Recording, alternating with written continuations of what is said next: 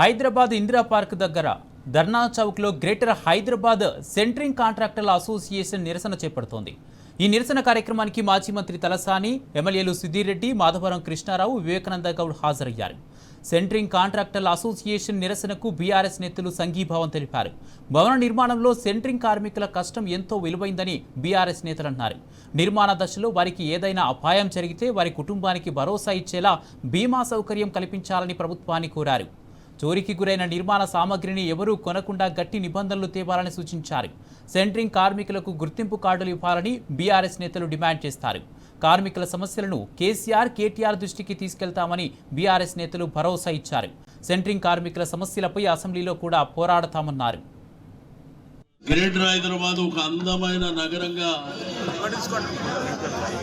తీర్చిదిద్దిన దాంట్లో ప్రధానమైనటువంటి భూమిక మీ అందరిది.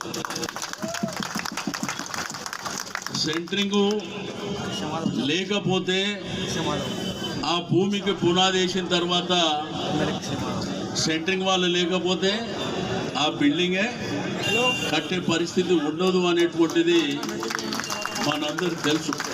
ఒక కమిట్మెంట్ తోని మన సంఘాలు ఏర్పాటు చేసుకున్న తర్వాత ఒక ఐక్యత అనేది ఉండాలి.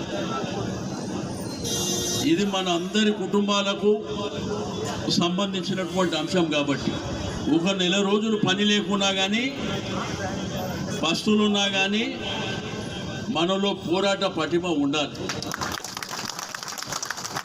ఎవడో బిచ్చం వేస్తుడు కాదు, ఎవడో బిచ్చం వేస్తాడో మన హక్కులు తీర్చేది కాదు.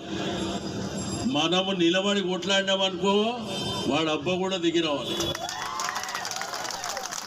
ఆ విధమైనటువంటి పోరాటం ఉండాలి తప్ప మన హక్కులు ఇవే అంటే అసలు ఇప్పుడు ఈ ప్రభుత్వంలో ఈనటోడు కూడా ఉన్నాడా?